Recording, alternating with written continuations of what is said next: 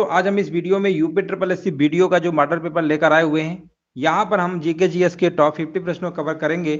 और यहाँ पर आपकी घटना चक्र टो सीरीज की जो बुक है ये मार्केट में आ चुकी है। यहाँ पर काफी अच्छे प्रश्न दिए गए हैं, लेटेस्ट आपके अपडेट किया गया है। आप चाहें तो इस बुक को आप परचेज कर सकते हैं, यहाँ पर दे सकते हैं। और यहाँ पर देखिए क्वेश्चन नंबर यहाँ पर हमारे 101 नंबर से स्टार्ट है। चलिए क्वेश्चन नंबर देखिए, 101 नंबर का जवाब देना है। हड़प्पा काल का इनमें से कौन सा नगर 3 भागों में विभाजित था?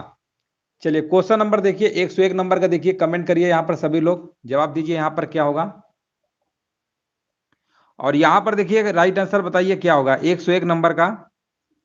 हाँ यहाँ पर देखिए जवाब बताया जा रहा है, हड़प्पा काल का धौलावीरा नगर 3 भागों में विभाजित था, है ना। यह गुजरात राज्य के कच्छ जिले में स्थित है। आंसर आपका यहाँ पर जाएगा धौलावीरा, विकल्प नंबर यहाँ पे डी नंबर के साथ होगा। अगला प्रश्न बताइए, निम्न में से कौन सा उपवेद नहीं है? 102 नंबर का देखिए जवाब देना है। राइट आंसर यहाँ पर क्या होगा, इनमें से कौन सा उपवेद नहीं है? उपवेद मुख्यतः 4 प्रकार के हैं, आयुर्वेद, गंधर्ववेद, शिल्पवेद और आपका शिल्पवेद या स्थापत्य वेद कहिए इसी को, या एक आपका है शस्त्र शास्त्रवेद है, या धनुर्वेद भी कहते हैं। तो यहाँ पर राइट आंसर यहाँ पर क्या होगा, 102 नंबर का बताया जा रहा है, विकल्प नंबर डी होगा, योग वेद। हाँ बिल्कुल सही है, ऑप्शन नंबर यहाँ पे डी होगा, यही आपका उपवेद नहीं है, बाकी सब है। हाँ बिल्कुल सही है। नेक्स्ट प्रश्न बताइए, पहली बार भारत पर आक्रमण करने वाला मुस्लिम कौन था? 103 नंबर का देखिए जवाब देना है, भारत पर पहला मुस्लिम आक्रमण 712 ईस्वी में अरब आक्रमणकारी मोहम्मद बिन कासिम के नेतृत्व में हुआ था। तो मोहम्मद बिन कासिम कहाँ लिखा हुआ है, ऑप्शन नंबर यहाँ पे सी नंबर आपका बिल्कुल करेक्ट आंसर आपका यहाँ पर होगा। 103 नंबर का सी नंबर होगा, मोहम्मद बिन कासिम। इसके बाद आपके महमूद गजनवी, ऑप्शन नंबर यहाँ पर सी नंबर होगा। चलिए नेक्स्ट प्रश्न बताइए, खजुराहो समूह के प्रसिद्ध स्मारक किस राज्य में है? 104 नंबर देखिए आपको बताना है, खजुराहो समूह के प्रसिद्ध स्मारक किस राज्य में? ये आपका एमपी में है, मध्य प्रदेश का एक छतरपुर जिला है, वहीं पे आपका खजुराहो एक खजुराहो बना हुआ है, आप देख सकते हैं वहां पर। और चंदेल राजाओं द्वारा निर्मित मंदिर है, एक तरीके से बहुत पुराना है, तो काफी लोग वहां पर जाते भी हैं। और यहाँ के जो मंदिर में एक कंदरिया महादेव का मंदिर है, वो बहुत ही सर्वोत्तम है। ऑप्शन नंबर यहाँ पे आपका एमपी होगा। नेक्स्ट प्रश्न बताइए, पाल साम्राज्य भारत के किस हिस्से संबंधित है? पाल साम्राज्य जो है भारत के किस हिस्से संबंधित है? 105 नंबर का जवाब देना है, तो ये आपका पूर्वी होगा। ऑप्शन नंबर यहाँ पे बी नंबर बिल्कुल करेक्ट आंसर यहाँ पर आपका हो जाएगा। पूर्वी हिस्सा यानी बंगाल बिहार संबंधित है, ऑप्शन नंबर बी होगा। चलिए यहाँ पर देखिए क्वेश्चन नंबर आपको 106 नंबर जवाब देना है, दक्षिण भारत के किस राजा ने 1741 ईस्वी में कोलाचेल की लड़ाई में डच ईस्ट इंडिया कंपनी को परास्त किया था? चलिए यहाँ पर देखिए काफी लोग जवाब आ रहे हैं, वीडियो को लाइक भी कर दीजिएगा जो लोग बाद में आए हैं। और यहाँ पर देखिए बताया जा रहा है 6 नंबर का, 106 नंबर का बी होगा। यहाँ पर देखिए जवाब जो होगा राजा मार्तंड होगा, ऑप्शन नंबर यहाँ पे क्या होगा, विकल्प नंबर सी होगा। राजा मार्तंड वर्मा कोलाचेल का युद्ध 1741 ईस्वी में राजा मार्तंड वर्मा तथा डच ईस्ट इंडिया कंपनी के मध्य हुआ था, ठीक है ना। ऑप्शन नंबर यहाँ पे राइट आंसर आपका सी नंबर होगा। प्लासी का युद्ध देखिए बहुत ही आसान प्रश्न है, 107, प्लासी का युद्ध कब लड़ा गया था? प्लासी का युद्ध बताइए। हाँ 1757, 23 जून, याद रखिएगा पूरा डेट याद रखिएगा, 23 जून 1757 में हुआ था, ठीक है ना। बंगाल के नवाब सिराजुद्दौला, ठीक है ना, अंग्रेजों के मध्य हुआ था आपका ये प्लासी का। यहाँ पे राइट आंसर आपका विकल्प नंबर बी होगा। अगला प्रश्न बताइए, बक्सर के युद्ध के बाद ईस्ट इंडिया कंपनी मुगल सम्राट को प्रतिवर्ष यहाँ पर लिखा हुआ है का भुगतान करने के लिए सहमति हुई। देखिए बक्सर के युद्ध आपका के बाद 12 अगस्त 1765 को क्लाइव ने मुगल बादशाह शाह आलम द्वितीय से इलाहाबाद की प्रथम संधि की थी, जिसकी शर्तें थी, है ना, बताइए। 26 लाख रुपया था, कितना था, 26 लाख रुपया देने का, और भी थी, है ना। इसमें आपका ये भी था कि मुगल बादशाह ने बंगाल बिहार उड़ीसा की दीवानी कंपनी को सौंप भी दिया था, साथ में 26 लाख रुपए की सहमति हुई थी, बी नंबर बिल्कुल सही है। इनमें से कौन सा अधिनियम मॉन्टेग्यू चेम्सफोर्ड रिपोर्ट पर आधारित था? हाँ, 109 नंबर का जवाब दीजिए क्या होगा। ये आपका अधिनियम 1919 वाला। ऑप्शन नंबर यहाँ पर आपका सी नंबर, भारत सरकार अधिनियम 1919, ठीक है ना। ऑप्शन नंबर यहाँ पे सी नंबर सही हो। कई बार हमने कराया है, मॉन्टेग्यू चेम्सफोर्ड। आगे बढ़ते हैं। निम्नलिखित में से किसने पहले 1935 में संविधान सभा का सुझाव प्रस्तावित किया, है ना। यहाँ पर देखिए आपको जवाब देना है, किसने सबसे पहले 1935 में संविधान सभा का सुझाव प्रस्तावित किया। तो ये आपका एम.एन. राय। ऑप्शन नंबर यहाँ पे आपका सही होगा डी नंबर, एम.एन. राय। विकल्प नंबर यहाँ पे डी होगा। भारतीय संविधान में कुल कितनी महिला सदस्य थी। 111 नंबर में बताना है।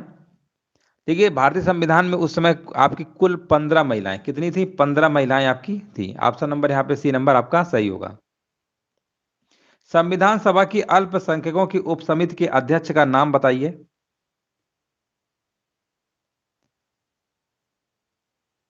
संविधान सभा के अल्पसंख्यकों की उपसमिति के अध्यक्ष का देखिए नाम आपको बताना है। 112 नंबर का जवाब यहां पर क्या होगा। तो 112 नंबर का बताया जा रहा है H.C. मुखर्जी। बिल्कुल सही जवाब दे रहे हैं। ऑप्शन नंबर यहाँ पे सी होगा, H.C. मुखर्जी होगा। ऑप्शन नंबर यहाँ पर सी नंबर होगा। चलिए नेक्स्ट प्रश्न बताइए। उस पड़ोसी राष्ट्र की पहचान करिए जिसके साथ भारत अपनी सबसे लंबी सीमा साझा करता है ना। ये आपका कौन सा है। भारत की सबसे लंबी सीमा अगर हम बात करते हैं 4096.7 किलोमीटर, जो कि बांग्लादेश के साथ लगती है। 4096.7 किलोमीटर, याद रखिएगा सबसे ज्यादा है। ऑप्शन नंबर यहाँ पे डी सही होगा। भारतीय प्रायद्वीप, यहाँ पर रिक्त स्थान लिखा हुआ है तक फैला हुआ है। तो भारतीय प्रायद्वीप जो है का विस्तार जो है कन्याकुमारी तक है। कहाँ तक है, कन्याकुमारी तक है। इस प्रकार इसका विस्तार हिंद महासागर तक है। अतः विकल्प आपका यहाँ पर बी नंबर आपका सही होगा। कर्क रेखा निम्नलिखित में से किन राज्यों से गुजरती है। टोटल आपके 8 राज्यों से गुजरती है कर्क रेखा। कौन कौन से हैं आपके, गुजरात, राजस्थान, मध्य प्रदेश, छत्तीसगढ़, झारखंड, पश्चिम बंगाल, त्रिपुरा और मिजोरम। तो यहाँ पर 115 नंबर का आपका जवाब यहाँ पर क्या होगा, 1, 2, 4, है ना। असम यहाँ पर नहीं है, असम से नहीं गुजरती। ऑप्शन नंबर यहाँ पे आपका 1, 2, 4 वाला आपका सही होगा। यहां पर देखिए आपको जवाब देना है, सौर मंडल की उत्पत्ति से संबंधित इनमें से कौन सा सिद्धांत सही ढंग से मेल नहीं खाता है।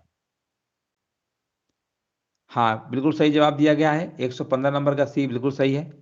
सौर मंडल की उत्पत्ति से संबंधित इनमें से कौन सा सिद्धांत सही ढंग से मेल नहीं खाता है। 116 नंबर। देखिए यहां पर जो लिखा हुआ है ना, नेबुलर परिकल्पना सिद्धांत, ये आर्किमिडीज का नहीं है, ये आपका लाप्लास है ना। ये पहला वाला ही आपका मेल नहीं खा रहा है, बाकी सब आपके मेल खा रहे हैं। अगर हम ज्वारी हाइपोथेसिस की बात करते हैं, जेम्स जीन्स और हैरोल्ड जोफ्री ग्रही हाइपोथेसिस से बात करेंगे, चेम्बरलिन और मल्टन।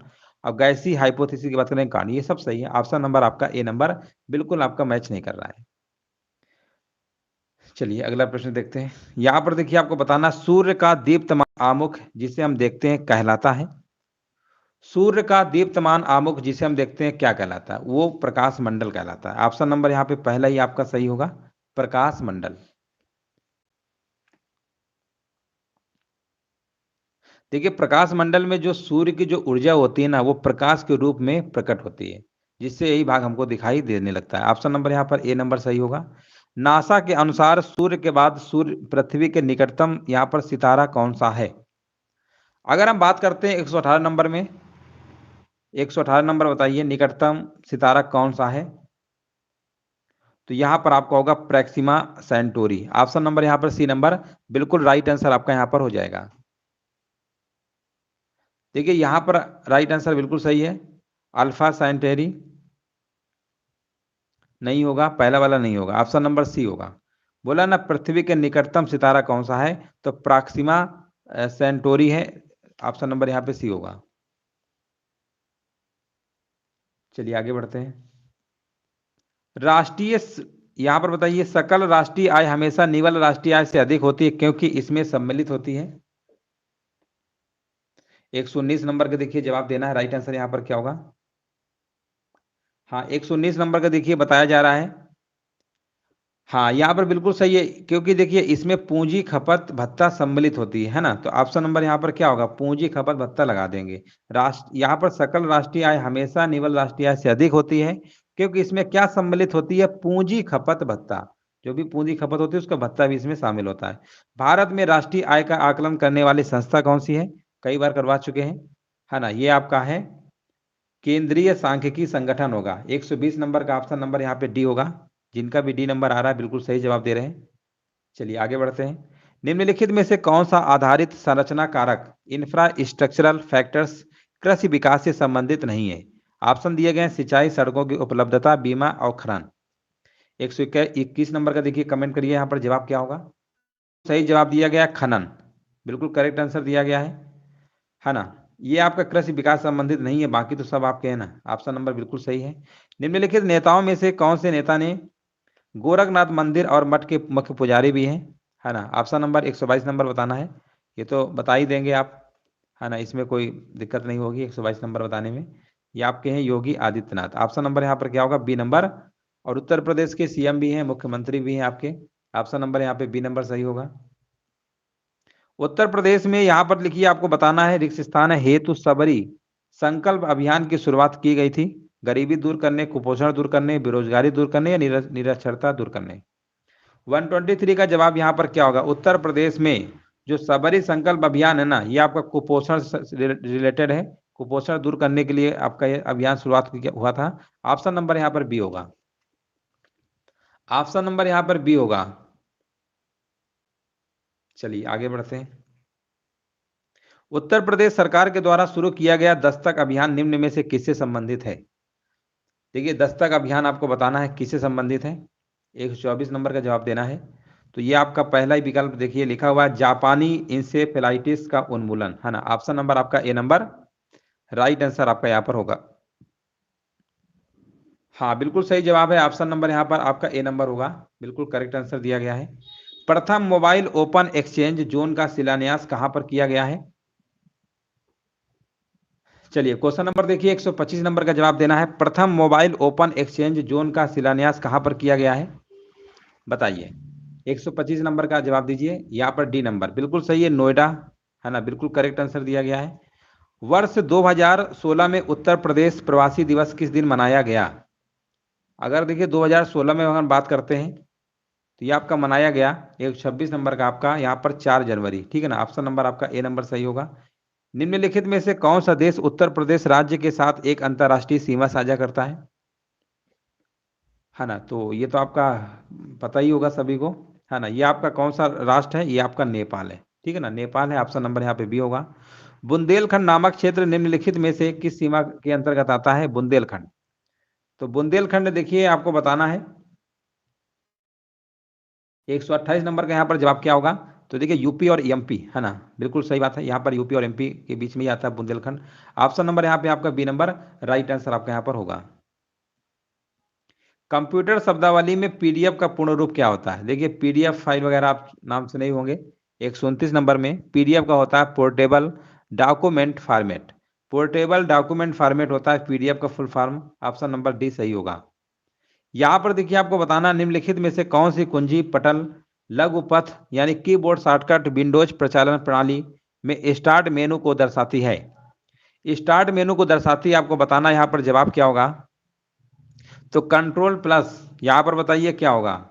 कंट्रोल प्लस जेड हो नहीं सकता है, अल्ट प्लस यहाँ पर ये स्पेस बार हो नहीं सकता, कंट्रोल प्लस ESC वाला होगा। ऑप्शन नंबर यहाँ पर सी होगा। 30 नंबर का जिनका भी जवाब सी आ रहा है समझ जाइए, बिल्कुल सही जवाब दे रहे हैं। ऑप्शन नंबर यहाँ पे सी करेक्ट आंसर आपका होगा। निम्नलिखित में से किस व्यक्ति को कंप्यूटिंग के जनक के रूप में जाना जाता है।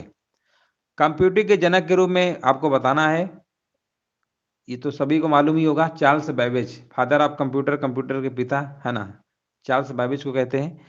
REP का पूरा नाम क्या है जिसका उपयोग IT सेक्टर में RFP दस्तावेज के संदर्भ में किया जाता है। तो देखिए REP का फुल फॉर्म आपसे पूछ लिया गया है, बताइए क्या होगा। REP का याद रखिएगा रिक्वेस्ट फॉर प्रपोजल होता है, रिक्वेस्ट फॉर प्रपोजल होता है। 132 नंबर का ऑप्शन नंबर आपका पहला ही ऑप्शन सही होगा, रिक्वेस्ट फॉर प्रपोजल। हाँ बिल्कुल करेक्ट आंसर दिया गया है। यहाँ पर बताइए वाटसन कंप्यूटर निम्नलिखित में से किस कंपनी का प्रोडक्ट है। वाटसन कंप्यूटर निम्नलिखित में से किस कंपनी का प्रोडक्ट है, आपको बताना है। माइक्रोसॉफ्ट का है, आईबीएम का है, इंटरनेशनल बिजनेस मशीन होता है आईबीएम का फुल फॉर्म, और यहाँ पर गूगल और डेल, ये 4 कंपनियां आपकी दी गई हैं, है ना। तो 133 नंबर का जवाब बताया जा रहा है आईबीएम, इंटरनेशनल बिजनेस मशीन, ठीक है ना। बिल्कुल सही है। इसका मुख्यालय कहाँ पर है आईबीएम कंपनी का? न्यूयॉर्क में, याद रखिएगा, इसका मुख्यालय आपका न्यूयॉर्क में, ठीक है, न्यूयॉर्क में। चलिए आगे बढ़ते हैं। माप इकाइयों की सीजीएस प्रणाली की निम्नलिखित में से क्या परिभाषा है?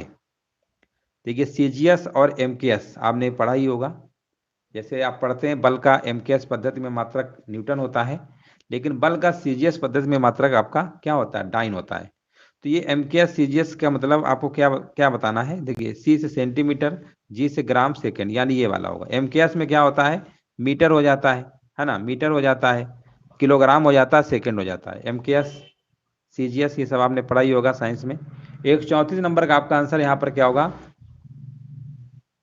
हाँ बिल्कुल सही जवाब है, 134 नंबर का सी होगा, डी नंबर, डी होगा। चलिए आगे बढ़ते हैं। एक वोल्ट कितने के बराबर होता है, बताइए। एक एक वोल्ट जो आपका होता है ना, कई बार हमने बताया भी है, एक वोल्ट जो होता है आपका 1 जूल प्रति कूलाम के बराबर होता है। 1 जूल प्रति कूलाम। ऑप्शन नंबर यहाँ पर बी सही होगा। अगला प्रश्न बताइए। तरल पदार्थ की तुलना में ठोस पदार्थ में परमाणुओं का व्यवस्थापन किस तरह होता है? 136 नंबर का देखिए जवाब देना है। तो ये आपका आंसर क्या होगा? तो देखिए यहाँ पर अगर हम बात करते हैं ठोस पदार्थ में परमाणुओं के व्यवस्थापन, यहाँ पर बहुत बारीकी से बंधे होते हैं, ठीक है ना, बहुत बारीकी से बंधे होते हैं। ऑप्शन नंबर यहाँ पे सी नंबर आपका करेक्ट आंसर यहाँ पर आपका होगा। हीरा तथा ग्रेफाइट में क्या समान होता है ना, आपको बताना है। 137 का आंसर यहाँ पर क्या होगा? देखिए हीरा और ग्रेफाइट दोनों ही कार्बन के अपरूप होते हैं, है ना, कार्बन के अपरूप होते हैं, और इनमें मतलब दोनों ही कार्बन के परमाणुओं से बने, ये तो बिल्कुल सही बात है। और इनका परमाणु भार भी क्या होता है? समान होता है, ठीक है ना। इन दोनों की विद्युत चालकता, क्रिस्टल संरचना तथा घनत्व भिन्न भिन्न होते हैं। तो 137 नंबर का आंसर बताइए क्या होगा? तो यहाँ पर आपका हो जाएगा परमाणु भार, है ना, परमाणु भार इनका समान होता है। घाव का अध्ययन क्या कहलाता है? घाव का अध्ययन 138 नंबर में देखिए जवाब देना है। स्टडी ऑफ वाउंड, यानी घाव का अध्ययन किस मतलब क्या कहते हैं? 138 नंबर, ये कहते हैं इसको ट्राइमेटोलॉजी कहते हैं। ट्राइमेटोलॉजी याद रखिएगा, घाव का अध्ययन आपका कहलाता है। निम्नलिखित में से कौन सी तंत्रिका तंत्र की मूल संरचनात्मक और कार्यात्मक इकाई है ना, तंत्रिका तंत्र की। 139 नंबर में देखिए जवाब देना है। राइट आंसर यहाँ पर क्या होगा? 139 नंबर का जवाब बताया जा रहा है न्यूरॉन, बिल्कुल सही जवाब दिया गया है। ऑप्शन नंबर आपका ए होगा, बिल्कुल करेक्ट आंसर है। हमारे शरीर में कुल पोषक तत्वों तथा खनिजों का 90% शरीर के किस भाग में सर्वाधिक रूप से सोख लिया जाता है? चलिए बताइए, 140 का आंसर क्या होगा? न्यूरॉन, हाँ बिल्कुल सही। यहाँ पर बताइए, तो ये आपका होगा 140 नंबर का जवाब। हाँ बिल्कुल सही है, यहाँ पर आपका होगा छोटी आंत के द्वारा अवशोषित कर लिया जाता है ना, छोटी आंत। तो छोटी आंत कहाँ लिखा हुआ है? छोटी अतड़ी आंत मतलब वही है। ऑप्शन नंबर यहाँ पे डी होगा। मध्य प्रदेश में स्थित कौन सा जिला भारत का कार्यात्मक रूप से साक्षर पहला जिला बन गया है? पहला जिला बन गया है, ये आपका है मध्य प्रदेश का ही है, आपका एमपी का मंडला। ऑप्शन नंबर यहाँ पर क्या होगा? ए नंबर, बिल्कुल करेक्ट आंसर आपका यहाँ पर होगा। हाँ मंडला में जो जो साक्षरता है आपकी 68% थी, है ना। अब पूर्ण रूप से देखा जाए तो ये कार्यात्मक तरीके से देखेंगे तो यही आपका बन चुका है। ऑप्शन नंबर आपका ए होगा। 2011 की जनगणना के अकॉर्डिंग। वर्ष 2023 में 17वें प्रवासी भारतीय दिवस सम्मेलन 2023 का आयोजन कहां पर किया जाएगा? जनवरी 2023 में 17वें प्रवासी भारतीय दिवस सम्मेलन 2023 का आयोजन कहां पर किया जाएगा? बताइए, करंट का प्रश्न है हमारा ये 142। और यहाँ पर देखिए जवाब बताया जा रहा है इंदौर, या कि एमपी का एक शहर है आपका, मध्य प्रदेश में ही पड़ता है इंदौर। ऑप्शन नंबर यहाँ पे बी नंबर आपका राइट आंसर आपका हो जाएगा। देखिए अगर हम बात करते हैं प्रवासी भारतीय दिवस आपका 9 जनवरी को मनाया जाता है, और 9 जनवरी 1915, ये याद रखिएगा डेट, 9 जनवरी 1915। 1915 को महात्मा गांधी दक्षिण अफ्रीका से भारत लौट कर आए थे, इसी उपलक्ष्य में आपका मनाया जाता है। अगला प्रश्न हमारा, कुकरैल नाइट सफारी पार्क कहां पर स्थापित किया जाएगा? कुकरैल नाइट सफारी पार्क कहां पर स्थापित किया जाएगा? 143 का जवाब देना है। और ये लखनऊ, उत्तर प्रदेश की राजधानी लखनऊ में स्थापित किया जाएगा। ऑप्शन नंबर यहाँ पे डी नंबर राइट आंसर आपका हो जाएगा। 350 एकड़ क्षेत्र में आपके स्थापित किया जाएगा। चलिए आगे बढ़ते हैं।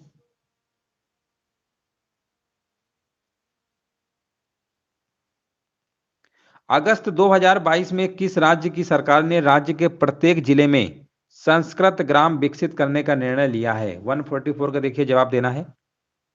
यहां पर जवाब क्या होगा? अगस्त 2022 में किस राज्य की सरकार ने राज्य के प्रत्येक जिले में संस्कृत ग्राम, यह हालांकि प्रश्न हमने कई बार कराया था इसके पहले जो पढ़ाते थे, यहां पर उत्तराखंड 144 का बी होगा। हाँ बिल्कुल सही है, बिल्कुल राइट आंसर दिया गया है। अगस्त 2022 में केंद्रीय विज्ञान एवं प्रौद्योगिकी मंत्री डॉक्टर जितेंद्र सिंह ने खारे पानी से जलने वाली देश की पहली लालटेन का अनावरण किया है। इस लालटेन का नाम क्या है? 145 का देखिए जवाब देना है। इस लालटेन का नाम है आपका रोशनी है ना, प्रकाश देगा रोशनी, इससे आप अच्छे से याद रखिएगा रोशनी, ठीक है ना, याद रखेंगे नाम भूलेंगे नहीं, रोशनी है। अगला प्रश्न बताइए। विभाजन विभीषिका स्मृति दिवस कब मनाया जाता है? 146 से देखिए जवाब देना है। हमारा देश आजाद कब हुआ था? 15 अगस्त, उससे एक दिन पहले यानी 14 अगस्त, याद रखेंगे। विभाजन विभीषिका स्मृति दिवस आपका 14 अगस्त को मनाया जाता है। ऑप्शन नंबर यहाँ पे आपका सही होगा। हाँ देखिए 2021 में मोदी जी ने ही शुरू किया है ना, ये मनाने का, तो ऑप्शन नंबर यहाँ पे सी होगा, अभी लेटेस्ट पे ही शुरू हुआ है। उत्तर प्रदेश में स्थित किस शहर को संघाई सहयोग संगठन SCO की सांस्कृतिक और पर्यटन राजधानी घोषित किया जाएगा? 147 का देखिए जवाब देना है। तो यहां पर बताइए किस शहर को, ये आपका है शहर ऑप्शन नंबर बी। जिनका भी जवाब वाराणसी आ रहा है समझ जाइए बिल्कुल सही जवाब दे रहे हैं। नेक्स्ट प्रश्न बताइए। के बिरला फाउंडेशन के द्वारा 31वां सरस्वती सम्मान प्रदान किया गया है। ये भी प्रश्न आपका काफी इंपॉर्टेंट है। 148 बताइए इसका आंसर क्या होगा? हालांकि प्रश्न कई बार करवा भी चुके हैं, है ना। उनकी एक कविता संग्रह है मैं तो यहां हूं, मैं तो यहां हूं, इसी के लिए मिला है मैं तो यहां हूं, ठीक है ना, मैं तो यहां हूं, मैं तो यहां हूं, इसके लिए मिला है। अब बताइए इनका नाम क्या है? प्रोफेसर रामदरस मिश्र, ऑप्शन नंबर डी बिल्कुल सही जवाब है। भारत में पर्यावरण संरक्षण अधिनियम कब पारित हुआ? हाँ बिल्कुल बात सही है, मैं तो यहाँ बिल्कुल सही बताया गया है। भारत में पर्यावरण संरक्षण अधिनियम पारित हुआ। 149 का जवाब यहाँ पर क्या होगा? और यहाँ पर बताया जा रहा है 1986 में, बिल्कुल सही जवाब है 1986।